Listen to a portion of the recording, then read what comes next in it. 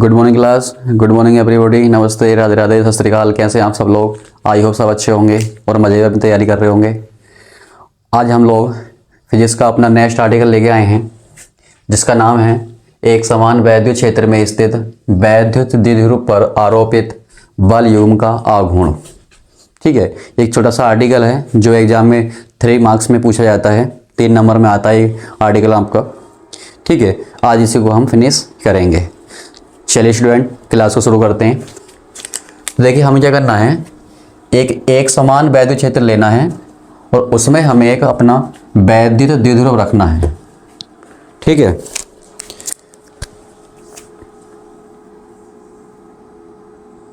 तो ये हमारी वैद्युत बल रेखाएं होती हैं। ये वैद्युत बल रेखाएं वैद्युत क्षेत्र को दर्शाती हैं। ठीक है, ये काल्पनिक रेखाएं हैं। साइंटिस्ट लोगों ने केवल वैद्युत क्षेत्र को दर्शाने के लिए इन रेखाओं का इस्तेमाल किया है। ये वास्तव में ऐसी कोई रेखाएं नहीं होती हैं। समझ पा रहे स्टूडेंट? ऐसी वास्तव में रेखाएं नहीं होती हैं। अब देखिए, अगर इस तरह से रेखाएं बनाई जाएं, ये रेखाएं देख रहे हैं, ठीक है, तो अगर रेखाओं के बीच का अगर ये जो गैप है, अगर गैप लगातार क्या रहे, समान रहे, ठीक है, तो ये क्या करते हैं, ये एक समान वैद्युत क्षेत्र को दर्शाती हैं। अगर आपने रेखाएं बना रहे हैं जो एक दूसरे के समांतर रेखाएं और इनके बीच का गैप क्या रहे, समान रहे, तो ये एक समान वैद्युत क्षेत्र को दर्शाती हैं। ठीक है, लेकिन अगर हमने कुछ ऐसे बनाया, कुछ इस तरह से बना दिया, कुछ यूं कर दिया, यूं करके, ठीक है, तो ये एक समान वैद्युत क्षेत्र को नहीं दर्शाती है, ये असमान वैद्युत क्षेत्र को दर्शाती है।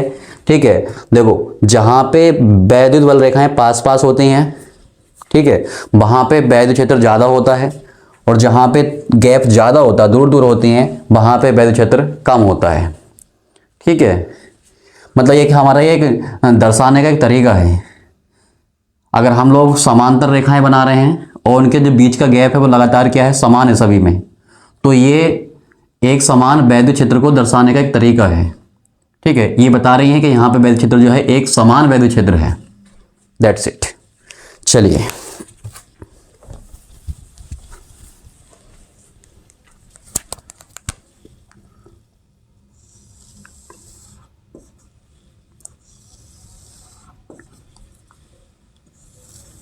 तो इस प्रकार से एक समान वैद्युत क्षेत्र है। वैद्युत क्षेत्र को हम ई वेक्टर से दर्शाते हैं, एक सदिश राशि होती है ये। अब इस एक समान वैद्युत क्षेत्र में हमें रखना है वैद्युत द्विध्रुव।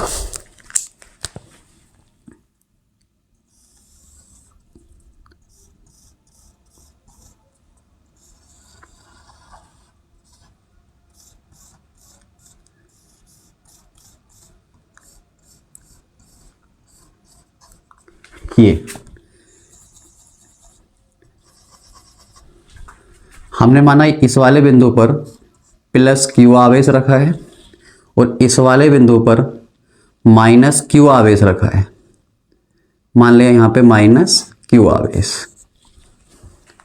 ठीक है, और दोनों आवेशों के बीच की दूरी हम कितने मानते हैं, 2L मानते हैं। ठीक है, और इस व्यवस्था को कहते हैं हम लोग वैद्युत द्विध्रुव।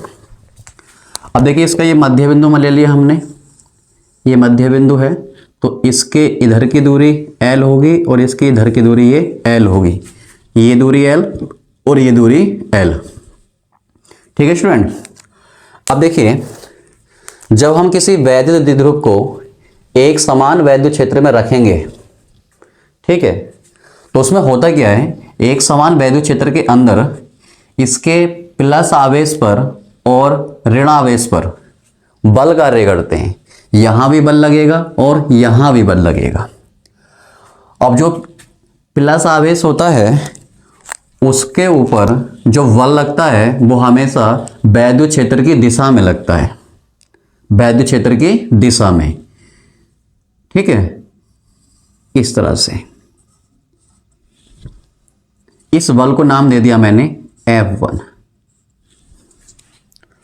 और जो हमारा ऋणावेश होता है, माइनस वाला आवेश होता है, उसके ऊपर जो बल लगता है वो हमेशा वैद्युत क्षेत्र के विपरीत दिशा में लगता है, वैद्युत क्षेत्र के विपरीत दिशा में लगता है। तो इस दिशा में लगेगा F2, मैंने नाम दे दिया इसको F2। ठीक है, अब देखिए आपको यहां पे साफ साफ नजर आ रहा है, अगर हम इन दोनों बलों की क्रिया रेखाओं की बात करें तो ये जो बल है वो इस रेखा में लग रहा है और ये जो वाला बल है वो इस रेखा में लग रहा है। ठीक है, अब देखो बल जिस रेखा के अनुदिश कार्य करता है, बल जिस रेखा के अनुदिश कार्य करता है, जिस रेखा की दिशा में लगता है, वो जो रेखा होती है उस बल की क्रिया रेखा कहलाती है। क्रिया रेखा मतलब ऐसी रेखा जिस दिशा में बल कार्य कर रहा है।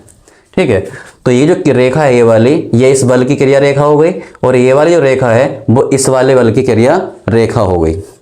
अब देखिए यहाँ पे क्या कहानी है, अगर हम बात करें ये बल कितना है उसको निकालने का अगर प्रयास करें तो हम जानते हैं E बराबर होता है F/Q0 या F/Q।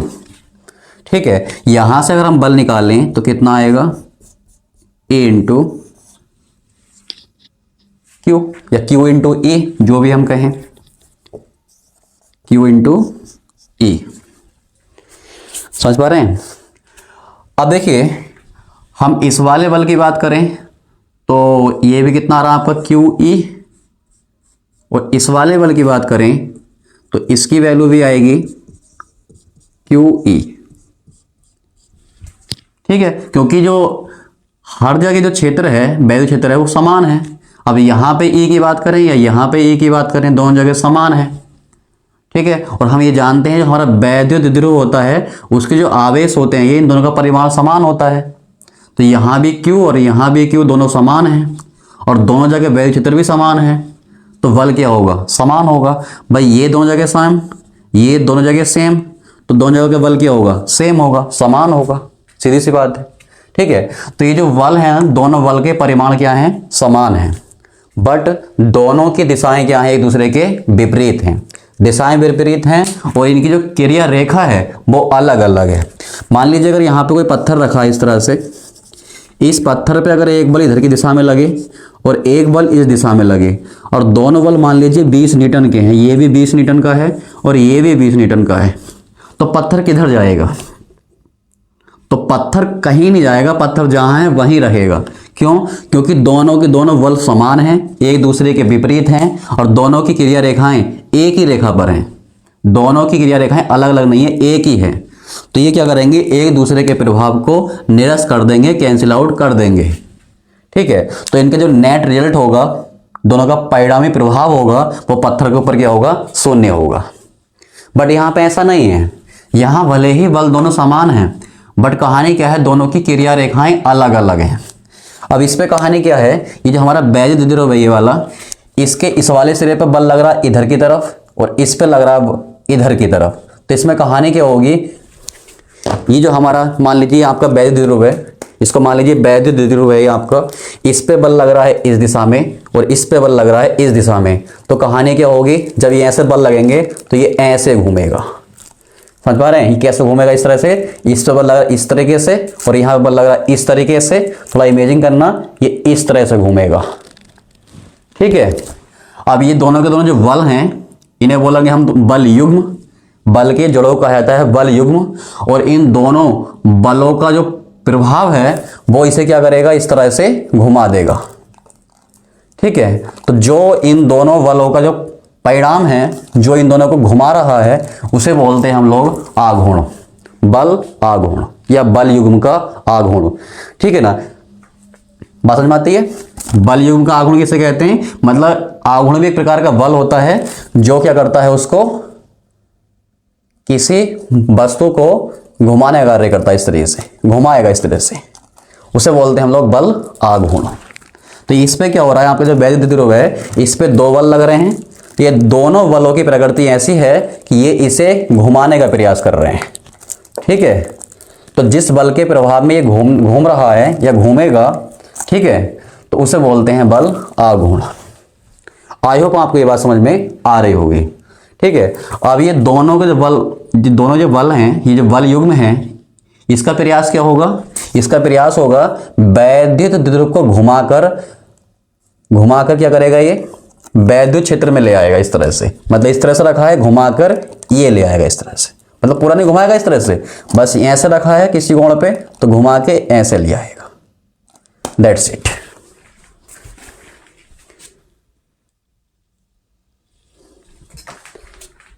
अब देखिए स्टूडेंट, हमारा जो वैद्युत द्विध्रुव है, जिसके सिरों को हम नाम दे देते हैं, मान लीजिए हमारा ये सिरा A है और ये सिरा हमारा, ये सिरा जो है ये वाला, ये B है, ठीक है। और ये जो वैद्युत द्विध्रुव है वो वैद्युत क्षेत्र की दिशा से थीटा कोण बना रहा है, ठीक है। मतलब हमने वैद्युत द्विध्रुव को इस प्रकार से रखा है वैद्युत क्षेत्र में कि वो उससे थीटा कोण बना रहा है। ओके, चलिए अब इसको मिला लेते हैं, जरूरत पड़ेगी हमें।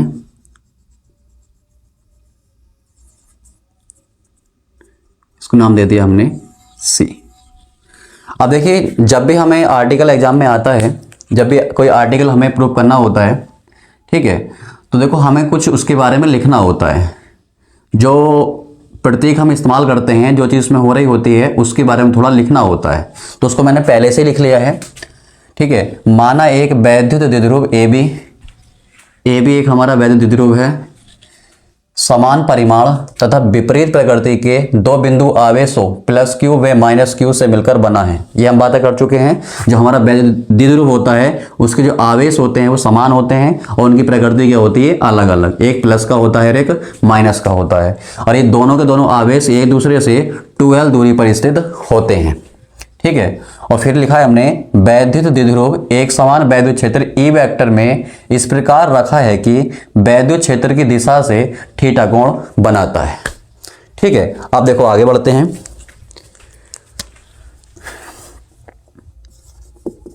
वैद्युत द्विध्रुव के +q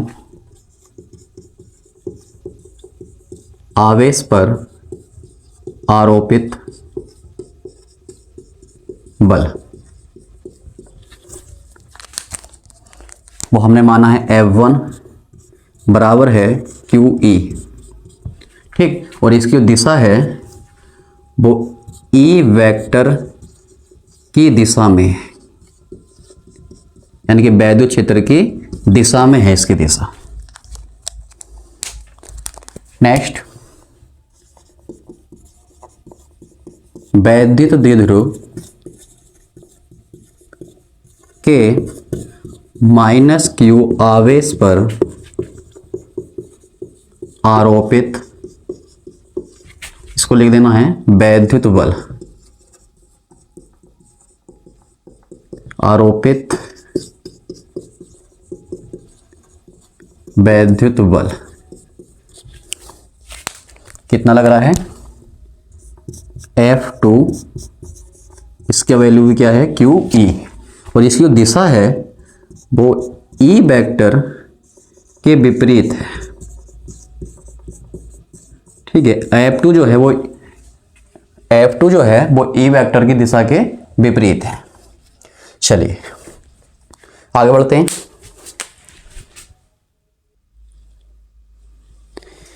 अब देखिए आगे बढ़ते हैं। मैंने इसके बारे में यहाँ पे कुछ लिखा है, जो आपको जब आर्टिकल बनाएंगे तो इसके बारे में लिखना होगा। तो मैंने यहाँ पे लिखा है बल F1 व F2 परिमाण में बराबर हैं, देखो परिमाण में बराबर हैं तथा दिशाओं में विपरीत हैं, एक दूसरे के विपरीत हैं, ठीक है। और इन बलों की जो क्रिया रेखाएं हैं वो भी क्या है, इनकी अलग अलग हैं, इसलिए ये एक बल युग्म का निर्माण करते हैं, ठीक है। बल के जड़ों को बोलते हैं बल युग्म, जो वैद्युत द्विध्रुव को घुमाकर वैद्युत क्षेत्र की दिशा में संरेखित करने का प्रयास करता है, ठीक है। हमारा जो वैद्युत द्विध्रुव है वो इस तरीके से है, थीटा कोण पर है क्षेत्र से, और जब इस पर ये बल युग्म कार्य करेगा तो इसको क्षेत्र की दिशा में मतलब क्षेत्र की दिशा में संरेखित करने का प्रयास करेगा। इस तरह से रखा है ना, ये इसको इस तरह से कर देगा, उसी की दिशा में संरेखित कर देगा, ठीक है ना। बस इतना लिखना होगा। तो ये कहानी है, आप इसको समझ लेंगे एक बार तो आराम से लिख आएंगे अपने शब्दों में। चलिए अब आगे बात करते हैं। अतः वैद्युत द्विध्रुव पर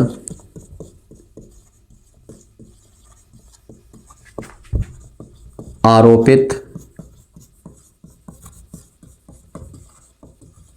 बल आघूर्ण, आरोपित बल आघूर्ण।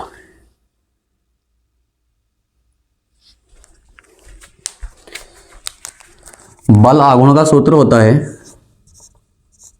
टाउ बराबर, देखो बल आघूर्ण को टाउ से दिखाते हैं, टाउ बराबर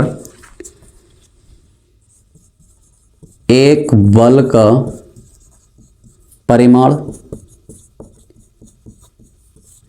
इनटू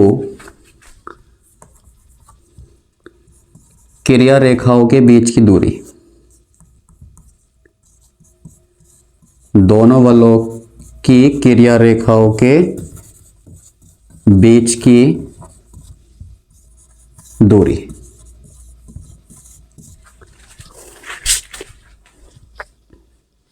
ठीक है, आप दोनों के हमें क्या करना है, इन दोनों में से एक बल का परिमाण लेना है और दोनों बलों की क्रिया रेखाओं के बीच की लंबवत दूरी लेनी है, लंबवत दूरी। ठीक है, ये होता है हमारा बल आघूर्ण का सूत्र। अब एक बल का परिमाण, दोनों का हमारा क्यू ई है, किसी एक का रखना है क्यू इंटू ई, और क्रिया रेखाओं के बीच की लंबवत दूरी, भाई हमारा इस वाले बल की क्रिया रेखा ये है और इस वाले बल की क्रिया रेखा ये है, और हमने यहां से डाल दिया इसके ऊपर लंब। ठीक, तो AC क्या बनेगी, दोनों बलों की क्रिया रेखाओं के बीच की लंबवत दूरी। अब ये कितनी होगी AC भाई, देखो ये कोण हमारा थीटा है, ये 90 है, 90 के सामने की भुजा क्या होगी, कर्ण, कोण के सामने की भुजा लंब, और बचा कुचा आधार।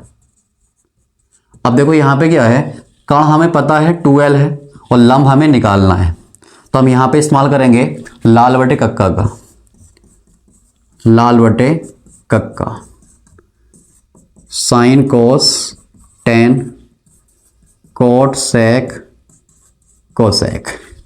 अब देखो यहां पे लंब हमें निकालना है, कर्ण हमें पता है, लंब हमें निकालना है, कर्ण हमें पता है, तो लंब और कर्ण में रिश्ता देखना है, तो वो क्या होता है आपका साइन या फिर कोसेक, तो हम साइन में लेंगे यहाँ पे। ठीक है, तो लंब बटे कर्ण बनेगा लंब और कर्ण में साइन का, और साइन थीटा बराबर होता है लंब बटे कर्ण, तो लंब हमारा AC है और कर्ण कितना है ये AV, जिसकी वैल्यू है 2L। जब यहाँ से A से निकालेंगे कितना आएगा हमारा 2L साइन थीटा, यानी कि जो वैल्यू है हमारी AC ये आ रही है 2L साइन थीटा। ओके, इसको मैं अभी लिख दूंगा, आप टेंशन ना लें। अब देखिए यहाँ से टाउ बराबर Q into E into AC की वैल्यू कितनी आ गई 2L साइन थीटा, और इसके बारे में ब्रैकेट में बता देंगे कहाँ से आया ये।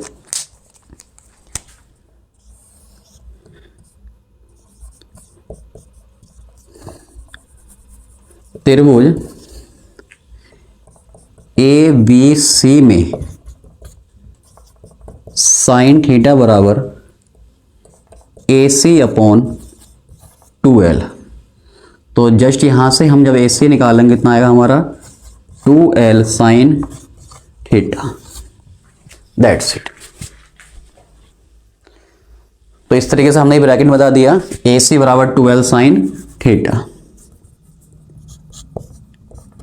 AC बराबर 2L साइन थीटा।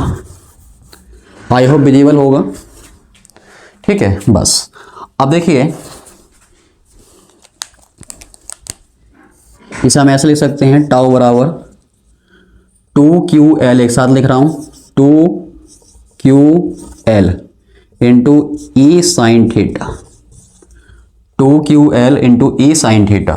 अब देखो ये देख रहे हैं आप 2QL, ये वैल्यू किसकी आ गई हमारी वैद्युत द्विध्रुव के आघूर्ण की। जो वैद्युत द्विध्रुव का आघूर्ण होता है उसकी वैल्यू है, ठीक है, जो कि क्या होता है हमारा P। तो पी ई साइन थीटा आप ब्रैकेट में बता देंगे, चूंकि 2QL बराबर होता है P। ओके, तो ये हमारा आ गया फॉर्मूला, टाउ बराबर पी ई साइन थीटा। और ये फॉर्मूला है, ये सदिश रूप में है इसका, सॉरी अदिश रूप में, अदिश रूप है। देखिए स्टूडेंट, ये नीचे विजिबल नहीं हो रहा है, तो आप एक काम करें, पहले इसका स्क्रीनशॉट ले लें, हम इसके आगे की बात यहां पे करेंगे।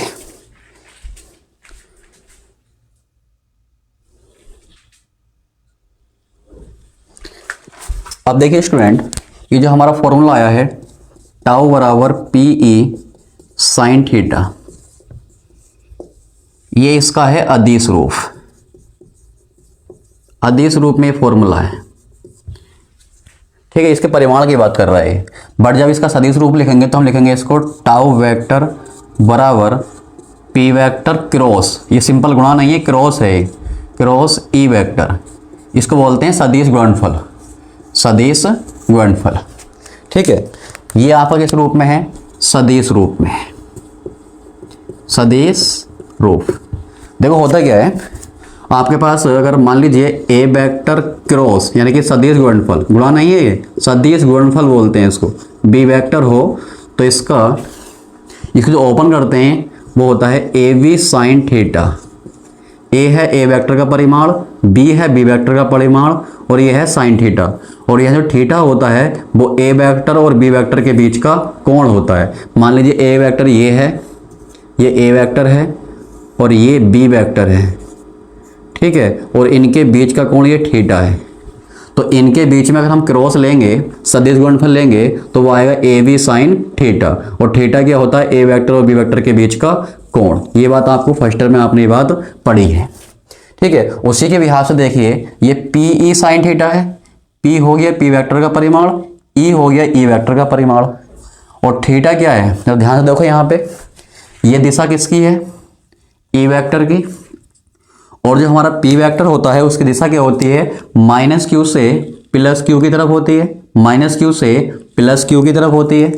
तो ये जो दिशा है हमारी, ये वाली दिशा, ये दिशा किसकी है, पी वेक्टर की, ये दिशा है पी वेक्टर की, और ये दिशा है हमारी ई वेक्टर की, ठीक। तो जो कोण थीटा है वो किसके बीच में है, पी वेक्टर और ई वेक्टर के बीच में है ना, पी वेक्टर और ई वेक्टर के बीच का कोण है थीटा। इसलिए मैं इसको ये लिख सकता हूं, क्योंकि जब मैं इसको ओपन करूंगा, ठीक है, तो ये लिखूंगा भाई, बात ये है ना, P vector cross E vector को जब हम ओपन करेंगे किसका क्रॉस, इसका फॉर्मूला लिखेंगे तो क्या आएगा, पी ई साइन थीटा। जब इसका मान ये होगा तो इसका मान ये होगा, दैट्स इट। इसलिए अब देखो, आपने फर्स्ट में बात पढ़ी होगी, जब सदिश गुणनफल की बात होती है तो वहां पे जो राशि होती है ये वाली, इसकी जो दिशा होती है इन दोनों सदिशों के लंबवत होती है। यानी कि टाउ वेक्टर की दिशा है, टाउ वेक्टर की दिशा पी वेक्टर व ई वेक्टर के लंबवत होगी, ठीक है। हमेशा क्या होता है, जो सदिश गुणनफल निकालते हैं हम लोग, तो उसमें जो हमारी राशि निकल के आती है वाली, इसकी दिशा हमेशा इन दोनों सदिशों के लंबवत होती है, ठीक है। अब इस डिटेल में हम यहाँ नहीं जाएंगे। चलिए, तो ये हमारा हुआ आर्टिकल कंप्लीट, जो हमने यहाँ पे कंप्लीट किया। अब देखो, इससे कुछ विशेष स्थितियां होती हैं, उनकी चर्चा कर लेते हैं।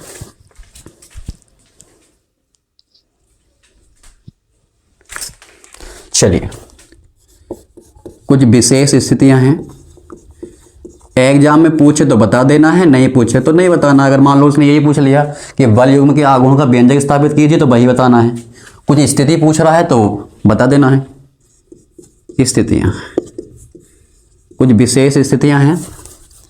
देखिए, पहली स्थिति यह है, ये हमारा वैद्युत क्षेत्र है,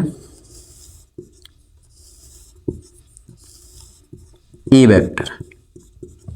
ठीक, चलिए इतने आते ई वेक्टर। इसमें कोई हमारा वैद्युत द्विध्रुव रखा है ये,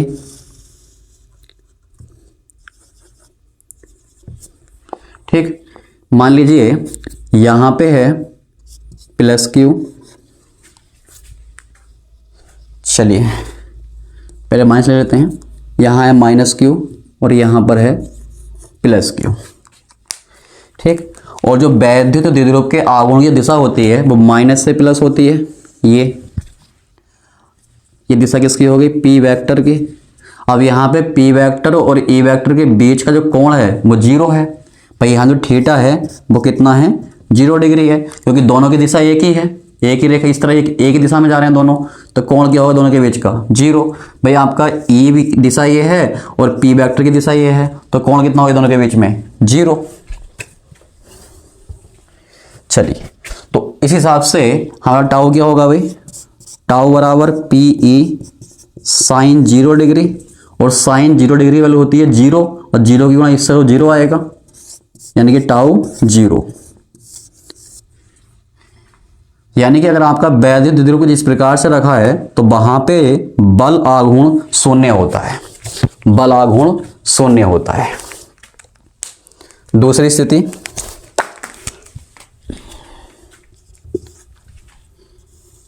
ये हमारा वैद्युत क्षेत्र है,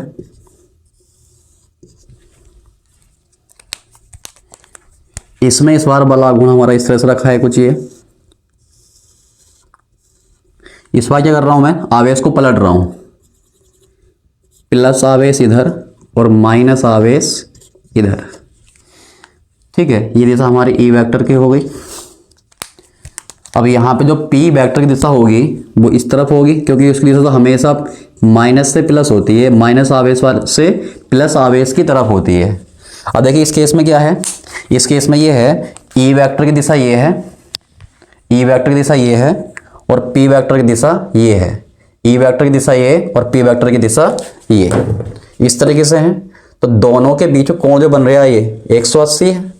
इस समय दोनों के बीच में जो कोण है वो कितना है? 180, क्योंकि ई वेक्टर इस दिशा में और पी वेक्टर इस दिशा में, तो दोनों के बीच का कोण कितना है? ये 180। तो इस समय जो थीटा है वो 180 डिग्री है। तब टाउ बराबर पी ई साइन 180 डिग्री।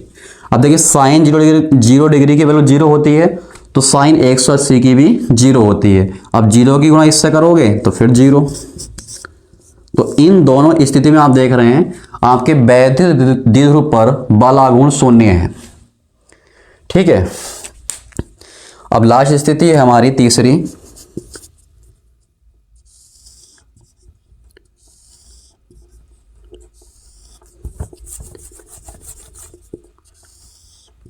ये दिशा हमारी ई वेक्टर, और मान लीजिए इस बार जो बल आघूर्ण सॉरी वैद्युत द्विध्रुव है कुछ इस प्रकार से रखा है, ये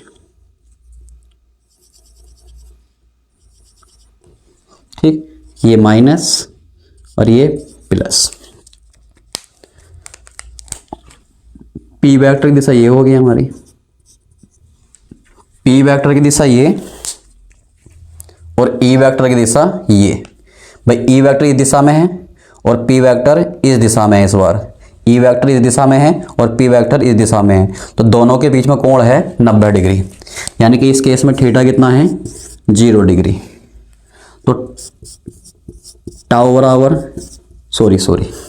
90 डिग्री, थीटा है यहाँ पर 90 डिग्री, तो टाउ बराबर पी ई साइन 90, और साइन 90 डिग्री की वैल्यू होती है 1, तो टाउ कितना आएगा? ये पी ई, और जो वैल्यू है इसकी मैक्सिमम है। इस स्थिति में जो बल आघूर्ण होता है वो सबसे अधिक होता है, सबसे ज्यादा बल आघूर्ण की जो वैल्यू होती है वो हमेशा 90 डिग्री पर होती है।